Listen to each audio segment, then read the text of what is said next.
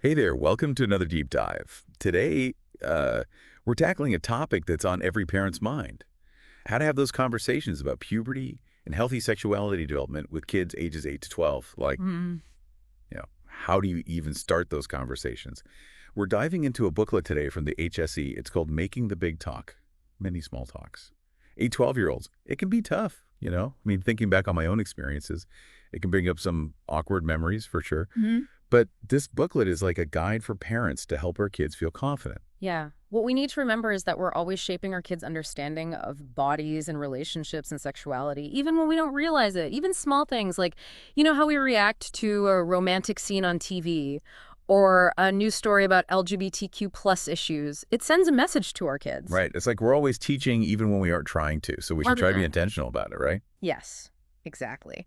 One thing that really stood out to me in the booklet was this statistic about Irish teens who talked with their parents about sex and relationships.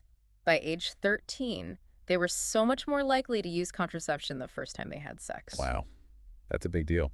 It really shows how important these conversations are for our kids' health and the choices that they make. But I'm curious, what do you think makes that happen?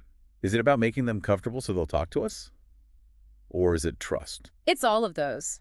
When we make space for those open and honest conversations, our kids are more likely to come to us with questions. They also learn that it's okay to talk about these things, and that helps them make better decisions when it's time. Okay.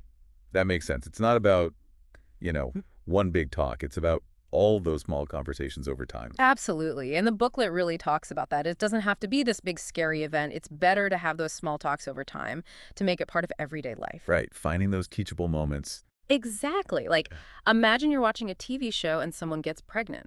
That's a great way to start talking about where babies come from or different types of families. Or maybe your kid asks about a same-sex couple they saw holding hands. That's a perfect chance to talk about love and relationships in a way that makes everyone feel accepted. Yeah.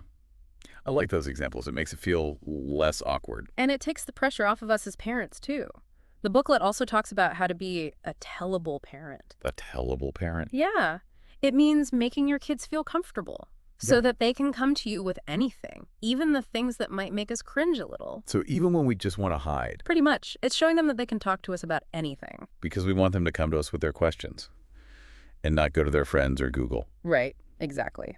Another important thing from the booklet is teaching kids about body ownership when they're young. Cup. What does that mean? It's helping them understand that their body is their own and that they can say no if someone touches them in a way they don't like using the right names for body parts, and encouraging them to tell us how they feel about things like hugs and tickles. So it's setting those boundaries early on. Yes, and it helps when we talk about consent and relationships later on. Okay. We've talked about the why and the how of having these conversations. But before we get to puberty, there's one thing I was always confused about as a kid. The difference between sex and sexuality. Yeah, people use those words like they're the same thing, but they're really different. Can you explain the difference? Okay, sex is the act of sexual intercourse. Sexuality is much bigger than that. It's about who we are as sexual beings, our feelings, our attractions. The booklet quotes Anna Freud, who said, "Sex is what we do, sexuality is who we are." I like that. It shows that sexuality is more than just the physical part. Exactly. The booklet also has this visual called the sexuality wheel, which shows all the different parts of sexuality, like our values and relationships, our self-image, our gender identity, and so much more. It's a reminder that sexuality isn't just one thing. It's all these parts of us. So let's talk about our 8 to 12-year-olds. What's going on with them developmentally? Well, it's a time of big changes. They want to be more independent. They want more privacy. And their social world is changing too. Friendships become really important. And kids often make groups with other kids of the same gender. Right, they're finding their people. Exactly. And they start to have crushes and fantasies, sometimes on celebrities or fictional characters. It's part of figuring out romantic and sexual feelings. And the booklet also mentions that this is when kids might start to explore their bodies. Yeah. Through masturbation. I know that can make some parents uncomfortable. What does the booklet say about that? It's important to remember that it's normal and healthy. It's a way for kids to learn about their bodies and what feels good. Instead of making them feel ashamed, we can use it as a chance to talk about privacy and boundaries. Okay. For- Like explaining that, well, it's normal. It's something we do in private. Exactly. We can also use it to talk about body safety and the difference between okay and not okay touches. That makes sense. It's about normalizing those feelings Yeah. and setting those important boundaries. Yes. As we move further into this age range, we can't avoid puberty. It's a time of huge changes for our kids' bodies, and it's important to understand what's happening. Okay, puberty. I remember it being confusing and overwhelming.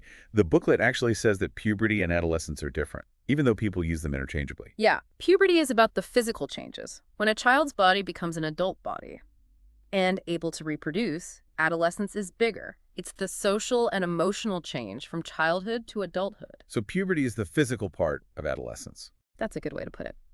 And it's important to remember that puberty takes time. It's gradual, it happens over several years, and every child is different. Yeah. I remember some of my friends started puberty much earlier than me, Mhm. and I felt behind. I think it can make kids anxious when they compare themselves to their friends. It definitely can. That's why it's important to say that there's no right timeline for puberty. Hmm. Every child develops at their own pace. So what's actually happening in their bodies during puberty? The booklet talks about hormones. Yeah, hormones are really important in this whole process. In girls, the ovaries start to release estrogen and progesterone, which cause changes like breast development, Right. wider hips, and the start of menstruation. That testosterone is the main hormone for boys, right? Exactly. Testosterone leads to the growth of the penis and testicles, voice changes, and body hair. It's amazing how much hormones change the body. But it's important to remember that our kids are going through a lot emotionally and socially, too. Absolutely. They're trying to understand these changes Yeah. while also dealing with friends, Huh. school, and family. It's a lot to handle. So they need support and understanding from us. But I want to talk about one part of puberty that can be hard to talk about. Periods. I felt so awkward and unprepared when I got mine. Yeah, a lot of parents feel that way. But the booklet has some good advice on how to make it easier. Like what? Don't wait until your daughter gets her period to talk about it. The earlier you start talking, the more prepared she'll be. Okay. Start early. What else? Keep it simple. You don't need to give a biology lesson right away. Just explain the basics of the menstrual cycle. Mm. The booklet actually recommends this resource called the Busybody's Booklet for Kids. It helps explain periods in a fun way. I'll have to check that out. What about sanitary products? Yes, definitely talk about different products and how to use them. You can even make a period pack together with pads, tampons, pain relievers, and maybe some treats. That's a good idea. I wish someone had done that for me. It's also good to talk about hygiene and how to deal with cramps. The more your daughter knows, the better she'll feel. We've talked about the practical things, but what about the emotional side of it? I remember feeling scared when I first got my period, like my body was doing something weird. It's totally normal for girls to feel all sorts of things about their periods.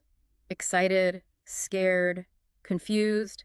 It's important to let them know that it's okay to feel those things. It's part of growing up. And it's important to tell them that getting their period doesn't mean they're ready to have a baby, right? Yes, that's a really important point. Just because a girl's body can have a baby doesn't mean she's ready for all that comes with it. We need to make that clear. Okay, we've covered a lot, but before we move on, what about those times when kids ask us tough questions about sex and relationships? How do we answer them? Stay calm and answer in a way that they can understand. It's okay if you don't know the answer. You can even say something like, "That's a great question. I don't know the answer right now, but let's look it up together." I like that. It shows them that it's okay to be curious. And it takes the pressure off of you to know everything. It's also important to understand the question before you answer. You can ask questions like, "That's interesting. What do you already know about that?" Or "Where did you hear that word?" Okay. So we can figure out what they know. Right. And lastly, it's important to respect your own boundaries and privacy. You don't have to talk about your own experiences if you don't want to. Yeah. We can be honest without sharing too much. Exactly. We've only scratched the surface of what's in this booklet from the HSE. There's so much more to talk about. But for now, take some time to think about everything we've discussed. Maybe write down some of the key points that you liked. So we've talked about having these conversations in puberty, but our 8 to 12-year-olds, they're about to be teenagers, adolescents. Right. A whole new world with all the excitement and the challenges. And those tricky questions we talked about, well, they can get even trickier during adolescence. The booklet has a whole section on it, which I think is really helpful for parents.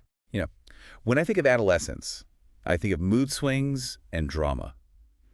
But the booklet starts by talking about the brain, which I found really interesting. Yeah, the brain changes a lot during adolescence. Like it's getting rewired. And one of the parts that's still developing is a prefrontal cortex. Okay. Remind me, what does the prefrontal cortex do again? It's the part of the brain that's in charge of planning, decision-making, impulse control, understanding consequences. It's like the CEO of the brain. Oh, right. So that's why teenagers sometimes make impulsive decisions. Their brains aren't fully developed yet. Exactly. It's like they're driving a car with a powerful engine, but the brakes aren't working so well. They have all this energy and drive, but they don't always think things through. I like that analogy. It's definitely a time to be understanding. But we still need to set clear boundaries and expectations. They need our support and structure while their brains are still developing. Right. Like scaffolding. We give them support until they can do it on their own. Exactly. And let's not forget about the emotional roller coaster of adolescence. Those hormones, they're not just affecting their bodies, they're affecting their mood and emotions too. It's like they're on a hormonal seesaw. And it can be tough on parents too. We need to remember to take care of ourselves during this time. Yes. Self-care is so important. Okay. Back to the kids. The booklet says that peer relationships become more important during adolescence. Friends become their main support system and their biggest influence. And sometimes the source of a lot of drama. It's natural for parents to want to protect their kids, but the booklet says we shouldn't get too involved in their friendships. Unless it's something serious like bullying. I know. It's hard to let go. But I guess we have to let them figure things out on their own. As long as they're safe. We need to trust that we've given them the skills to handle things. Even if they make mistakes along the way, it's how they learn and grow. Okay.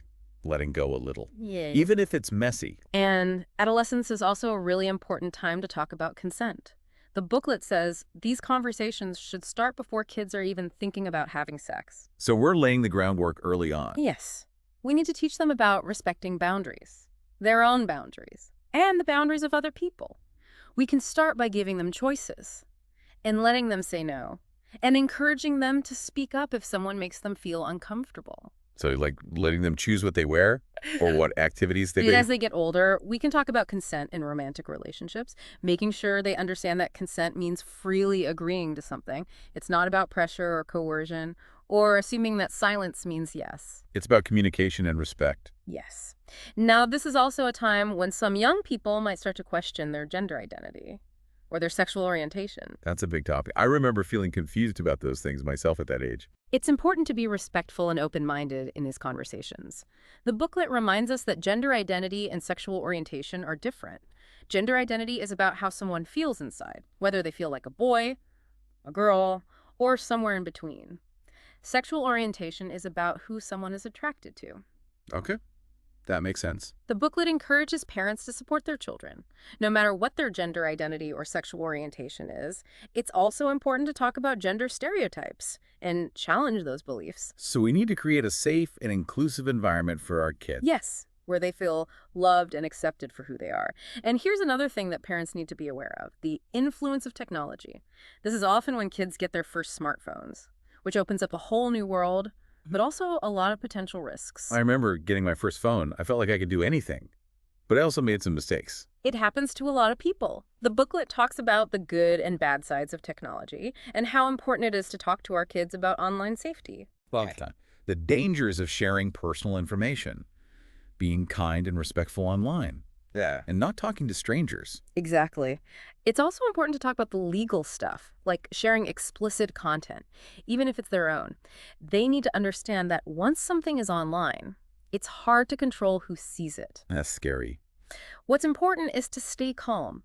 If you find out your child has seen something inappropriate online or shared something they shouldn't have, don't shame them or punish them. Use it as an opportunity to talk about healthy online habits and remind them that they can always come to you for help. Okay, so creating that safe space. Yeah. Even when they mess up. Right. Now, I also want to mention something. Young people with disabilities might have different needs and challenges when it comes to puberty and sexuality. That's a good point. The booklet says that these young people often need extra support, and it encourages parents to connect with organizations and professionals who can help. It's about making sure that all young people, no matter their abilities, have the information and support they need. I agree. Everyone deserves to feel supported during this time. And lastly, the booklet reminds us as parents to take care of ourselves. Yes. It's easy to get so focused on our kids. that we forget about ourselves. We need to make sure we're taking care of our own well-being so we can be the best parents we can be. We can't pour from an empty cup. Exactly. Taking care of ourselves helps us to be more present and grounded for our kids. Yeah, it's so easy to forget about ourselves. We're so busy taking care of everyone else. Yeah, But you're right, we need to take care of ourselves too. we do. And speaking of being there for our kids, the booklet really emphasizes that, these conversations about puberty, sexuality, relationships. They're not just a one-time thing. Right. It's not like checking something off a list. It's about talking openly and building that trust over time. Yeah. And thinking back, I bet most of us can remember those awkward talks we had with our own parents. Oh yeah, totally. I remember my mom trying to explain periods to me with a diagram of a flower. It was so confusing. Yes, some research shows that it's not about having all the answers or giving a perfect speech. What matters most is the relationship. Right. Being approachable, listening, even saying, I don't know sometimes. Exactly. And sometimes the best conversations happen naturally. Yeah. Like a comment while watching a movie or a question at dinner. Those everyday moments can be really powerful. It takes the pressure off. We don't have to be experts. And no one is. This booklet is great, but it's not a one-size-fits-all solution. That's true. Every family is different. And every kid is different. We need to trust our gut. And do what's best for our kids. Exactly. And it's okay to make mistakes. As long as we're trying. And talking. Yeah. And making our kids feel safe. So they can come to us with anything. If we think about the bigger picture, we're not just talking about puberty or sex. We're teaching our kids about healthy relationships, self-esteem, and making good choices. We're giving them the tools they need. To be confident and respectful. Throughout their lives. It's a big responsibility. It is. But it's also a privilege. Well, I feel a lot more prepared now. Thank you for sharing your insights. And thanks to everyone for listening. We hope you found this helpful. Don't forget to check out the HSE booklet, Making the Big Talk, Many Small Talks. 8-12-year-olds. It's full of great information. Yes, it's a great resource. And one last thought. The booklet reminds us that just because a child's body can have a baby doesn't mean they're ready for everything that comes with it. How can we help our kids understand that? It's something to think about. Until next time, keep those conversations going. You've got this.